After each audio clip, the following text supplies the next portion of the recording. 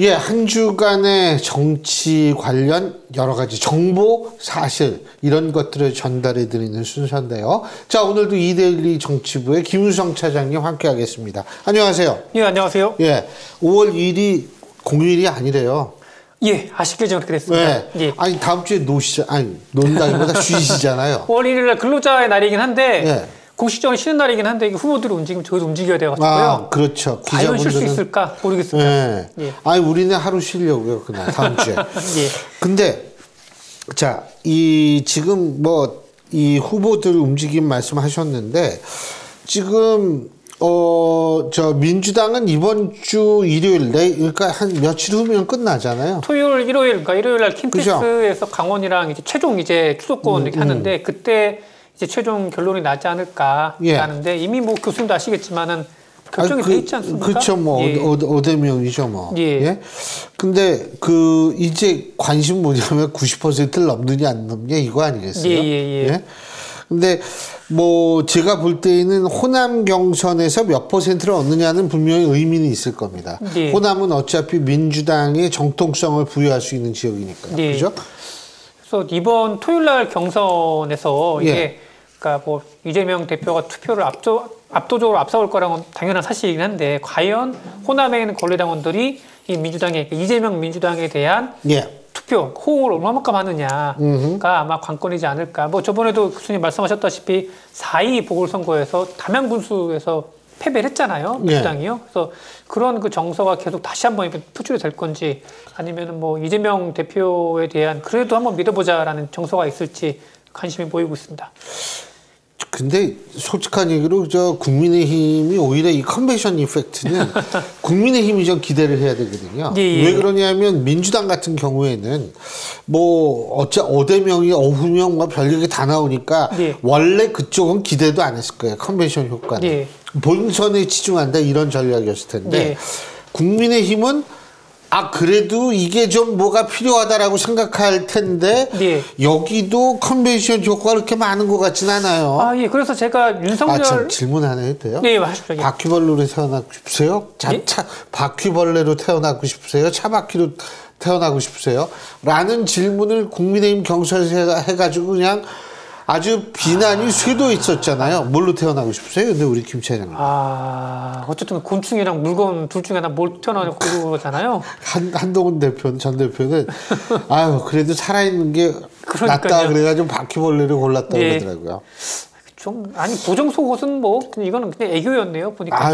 그건 더군다나 무슨 몸풀기 질문이라고 근데 그거 좀 그래요. 약간 정치의 희화화가 좀. 그리고 그게 사실은 지금 국민의힘은 조금 좀 너무 예능틱하면은 보는 사람이 좀 당혹스럽잖아요. 지금 이게 사실은 지금도 당원이잖아요. 윤석열 전 대통령이.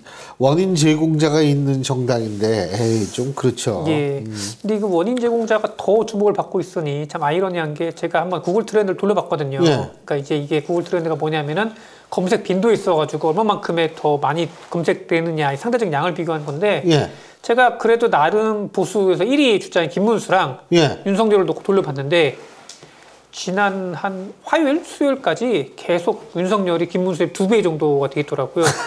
사람들은 여전히 왜 그래요? 아마 지금 뭐 정광훈 목사에 대한 얘기도 있었고 계속 또 내란죄에 대한 재판도 있지 않습니까? 근데 최근에는 또 김문수 후보가 쑥 들어가다 보니까 그런 게 아마 이제 아마 바로미터로 나온 게 아닐까. 그래서 저도 이거 참 국민의힘 경선 주자들 입장에서 봤을 때는 좀 이렇게 억울하겠다는 생각이 들긴 합니다, 진짜. 억울은 하죠. 더군다나 그게 아마 변호사들이 아마 올린 모양인데 윤석열 전 대통령하고 양쪽에 사진도 올리고 말해요. 그런 사진이 자꾸 노출되면 될수록 사람들은 자꾸 계엄을 떠올리게 되거든요. 국민의힘으로서는 굉장히 당혹스럽기는 당혹스러울 거예요. 그러면서 이게 또 윤석열 전 대통령을 왜 국민의힘 의원들은 왜 잘 안 찾아오냐, 전화도 한 통 없다더라 뭐 하면서 이제 섭섭했었더라는. 전화를 안 받는다는 보도도 있더라고요. 국민의힘 의원들이. 예. 근데 거기다가 또 한덕수 권한대행이 나올 듯 말 듯 계속 이러니까 사람들은 야 이게도 이제 나오는 거야 마는 거야 이런 생각을 하면서 거기에 관심이 가잖아요. 그리고 또 하나는 뭐냐면 그러니까 국민의힘 경선이 무슨 오픈 게임이다 뭐 별 얘기 다 나오잖아요.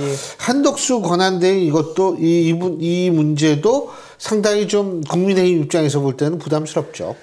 지난주 MBS 조사에서는 국민의 66%가 한덕수 등판론에서 반대한다고 나왔는데 네, 맞아요. 그렇죠. 그 이후로는 갤럽도 그렇고 리얼미터도 그렇고 오늘 발표된 MBS도 그렇고요. 한덕수는 빠졌습니다. 빠졌다는 게 그러니까 문항에서 빠졌습니다. 문항에서 빠진 거. 그러니까 대선 후보 가능성에 대해서도 빠진 건가요, 오늘? 예. 그러니까 대선 보니까 MBS 오늘 조사하는 걸 보니까 리얼미터는 문항으로 이렇게 줬다고 하면 MBS 같은 경우에는 이게 그 조사원이 이름을 쭉 불렀더라고요.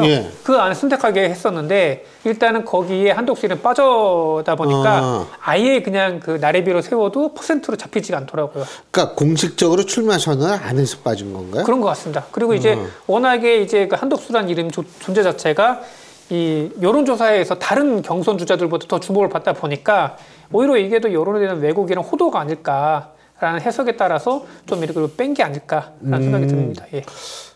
그래도 근데 국민의힘 보면 눈치상으로 후보들 진영 말고 눈치를 이렇게 보면 한덕수 권한대행의 출마를 굉장히 바라고 있는 듯한 느낌을 주거든요, 사실은. 뭐 이미 추대론도 지금 뭐 계속 나오고 있는 것 같고요. 이제 뭐 연판장 뭐 얘기는 뭐 옛날 얘기가 벌써 됐고, 근데 그러면서 이제 계속 뭐 용병정당이 뭐 이렇게 욕을 드시면서도 계속 뭐 하시는 거 보면은 좀 대단하다 생각이 들기도 합니다, 진짜. 예. 아니 근데 왜 그렇게 매달릴까요? 자기네 후보들만으로는 부족하다고 생각하나? 근데 권력에 있어서 그러지 않을까요? 교수님도 옛날에 보셨겠지만 2002년도 때도 노무현 당시에 후보가 경쟁에 딸린다는 이유 하나만으로 후보 맞아요. 그때 후단협인가 뭐 만들고 정몽준 맞아요. 우리나라 정당 정치의 한계인 것 같기도 하고 어떻게 보면 권력에 대한 욕망을 너무 여과 없이 드러내는 게 아닐까라는 생각이 들 정도입니다. 아니 그러니까 이게 더군다나 권한대행이 어떻게 언제쯤 결정을 할 거라고 보세요? 일단 경선 결과가 나오고 어느 정도 이제 경선 후보에 대한 그 경쟁력에 대한 그 논란이 좀 평가 나왔을 때 그때 스르르 나타나면서 이제 뭔가 단일화하지 않을까. 아니 근데 이게 5월 4일까지부터는 그만둬야 될 거 아니에요. 그런데 5월 3일 날 나오잖아요. 국민의힘 결과는. 제가 볼 때에는 2차 경선까지 50% 넘는 거 나오기 힘들 거요. 예, 그럴 겁니다 아마. 그리고 또 지금 계속 3자 대결을 가상 3자 대결, 가상 뭐 2자 대결 이재명 대표랑 계속 붙여보고 있는데 뭐 이 추세가 계속 뭐 오늘도 그 20%대에서 지금 머물고 있던데요. 국민의힘 후보가요. 그러니까 상대적으로 이재명 대표가 40% 후반대일 때. 근데 이런 추세가 계속 된다고 하면은 한덕수에 대한 등판론이 계속 커지지 않을까라는 생각을 하게 됩니다. 근데 이제 그거는 상황은 조금 바뀔 거예요. 왜냐하면 막판에 가면 좀 많이 오를 가능성이 있어요. 그러니까 이게 진영 대 진영으로 붙으면 차이가 뭐 한 3%, 5%로 줄어들 가능성은 분명히 있다고는 보는데 어쨌든 지금은 이게 쭉 이렇게 되니까. 근데 저 오늘 MBS 조사에서 솔직히 좀 눈여겨보는 게 정권 교체를 원한다라는 이 비율이 조금 줄어든 것 같아요. 조금 줄었습니다. 그 이유가 뭔지 모르겠어요. 이게 뭐 컨벤션 효과도 약간 있을 것 같기도 하고 너무나 국민의힘이요? 그다음에 뭐 없다고 하더라도 근데 이재명 대표에 대한 90% 이상 나오는 거 봤을 때 이게는 현대 정당 민주주의 정당 정치에서 과연 나올 수 있는 퍼센테이지인가라고 봤을 때 그분에 대한 반감도 좀 있지 않을까라는 생각이 듭니다. 그래서 이제 정권 교체 이게 조금 줄어들었다. 그러니까 약간 이재명 전 대표에 대한 불안감 그런 게 좀 있지 않을까요? 근데 우리 조갑재 대표님은 좀 전에 말씀하시기를 뭐 굉장히 유능하고 낙천적인 사람이다 이렇게 평가를 했으니까 그게 쉽게 얘기한다면 또 이재명 대표에 대한 지나친 악마화 이런 것들 때문에 사람들이 좀 그렇게 된 건 아닌가 이런 생각 좀 할 수는 있는데 어쨌든 이거 좀 두고 봐야 되는 수치가 아닌가 이런 생각이 들어요. 특히 정당 지지도 예산 오차범위 내고 박빙이기 때문에 이것도 굉장히 드문 현상이거든요. 그리고 어느 정도 이제 제가 봤을 때는 이제 선거 체제가 가는 게 아닐까 싶은 게 그 전에 김문수 전 고용노동부 장관 김문수 후보가 좀 수위에 그러니까 약간 격차를 두고 수위에 있었다고 하면은 바뀌었잖아요. 지금 정당 정치인이라고 할 수 있는 이제 홍준표 후보가 올라오는 거 보니까 어느 정도 이제 선거에 대한 이게 감정적으로 김문수를 구하는 게 되게 선택하는 게 아니라 이길 후보에 대한 아니면 정말 정당 정치를 어느 정도 했던 사람에 대한 호감도가 이렇게 나타나는 게 아닐까. 라는 게 어느 정도 정상화되는 게 아닐까 싶습니다, 진짜. 한동훈 후보, 국민의힘 후보죠. 오늘 발표된 NBS 보면 국민의힘 후보 적합도에서 홍준표 14%, 한동훈 13%, 김문수 11%. 다시 말해서 김문수 후보와 한동훈 후보가 이게 굉장히 자리마저 바뀌었네요. 예. 물론 오차범위 다 내지만. 예. 그래서 이게 그러니까 뭐 김문수 후보는 진짜 완전 그 탄핵에 대한 탄핵 전국의 특수성을 딱 띄고 올라온 거 아니겠습니까? 근데 뭐 홍준표, 뭐 한동훈 후보도 마찬가지긴 하겠지만은 아무튼 그런 부분에 있어가지고 탄핵에 대한 이 뭐라 그럴까 흥분됐던 그런 감정들이 사그라지면서 이성을 찾아가는 그런 과정으로 저는 보고 있습니다. 더군다나 그 안철수 의원이 4강 안에 들어간 건 그건 진짜 일대의 사건 아니겠어요? 어제 뭐 저기 뭐 교수님도 뭐 방송하셨겠지만은 보니까 정치평론가들이 라디오에서 얘기 좀 제가 들었거든요. 예. 그러니까 이제 국민의힘 뭐 지지자들 중에서 이제 탄핵에 대해서 이제 반대하는 탄핵에 대해서 찬성하는 이런 입장들에 대해서 맨날 헷갈려요. 예. 그래서 그런 게 좀 많이 좀 대세론으로 굳어진 게 아닐까라는 거를 이제 안철수의 후보의 선전을 보고 이렇게만 해석을 하더라고요. 예. 아니 그리고 사실은 이 여기가요. 이 전화 면접 조사로 했다는 거예요. 여론조사를. ARS 조사면 나경원 의원이 됐을 확률도 높았다는 거예요. 근데 전화 면접 조사 왜 그럼 안철수 후보가 의원이 됐냐?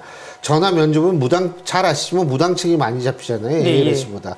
그러니까 무당층, 중도층이 많이 잡히니까 안철수 의원이 4강으로 들어갈 수 있었다라는 분석도 있더라고요. 그리고 보니까 이제 안철수랑 이제 그러니까 특히 한동훈이랑 이 홍준표 후보 같은 경우에는 아까 말씀하신 무당층, 중도층에서 좀 이제 우세를 했었고 김문수 후보 같은 경우는 전통적인 국민의 보수층에서 좀 우세를 좀 보이는 게 확연하게 나타났습니다. 진짜. 근데 솔직한 얘기로 지금 이거 우리가 전당대회에서 누가 1등인지 알 수가 없어요. 근데 서로가 자기가 1등이라고 얘기를 합니다. 이 안철수 후보 쪽만 좀 그런 얘기를 안 하고 서로 자기가 1등 했다고 그러는데 야, 원래 그거 걸리거든요. 그렇죠. 근데 뭐 선거니까 뭐 괜찮은지는 모르겠습니다만 서로 자기가 1등이라는 거 한 거 보면 기분이 좀 씁쓸하더라고요. 그 찌라시 돌 때까지만 해도 직전 돌 때까지만 해도 안철수는 당연히 떨어지고 생각했었는데 나경원 후보가 될 줄 알았는데 교수님은 또 어떻게 보셨나요? 나경원 후보 될 거라고 보셨나요? 제가 오죽했으면 그날 나경원 의원이랑 인터뷰를 했어요. 될 거래요, 저기 그렇구나. 인터뷰를 했는데 바로 떨어지시더라고요. 그러니까 그게 뭐 그러니까 제가 볼 때 본인도 될 거라고 생각했기 때문에 인터뷰한 거 아니겠어요? 근데 뭐 하여간 참 의외인 것 같아요. 근데 요새 이준석 의원은 뭐 국민의힘 보고 원수다 뭐 이런 얘기 많이 하고 다니는 거 보면 야, 이거 지금 3% 나왔는데 안철수 의원이랑 동률 아니겠어요? 이 3% 나왔는데 앞으로 물론 더 올라갈 수 있는데 이준석 의원이 보수 대연합 혹은 보수 후보 단일화에 응할지 모르겠어요. 근데 제가 아까 전에 조갑재 대표한테 물어보니까 앞으로 10%는 나올 것 같다라고 얘기를 하더라고요. 그분은 좀 많이 보시는 스타일이고 보통 3%에서 5% 얘기를 많이 하는데 그 조갑재 대표님은 좀 많이 보시더라고요. 근데 뭐 조갑재 대표님이 또 워낙 해안이 있으시니까. 알겠습니다. 이제 뭐 한 주 쉬고 그 다음 주면은 5월 1일, 7일, 8일. 5월 8일이죠? 5월 8일이면 국민의힘 후보도 결정이 되고 다 결정이 되겠죠. 편안하게 말씀 나눌 수 있을 것 같습니다. 5월 3일 날 이제 결정이 되니까요. 그쪽에선 50% 넘기는 힘들다고 그러더라고요. 그래요. 오늘 말씀 잘 들었습니다. 고맙습니다. 감사합니다.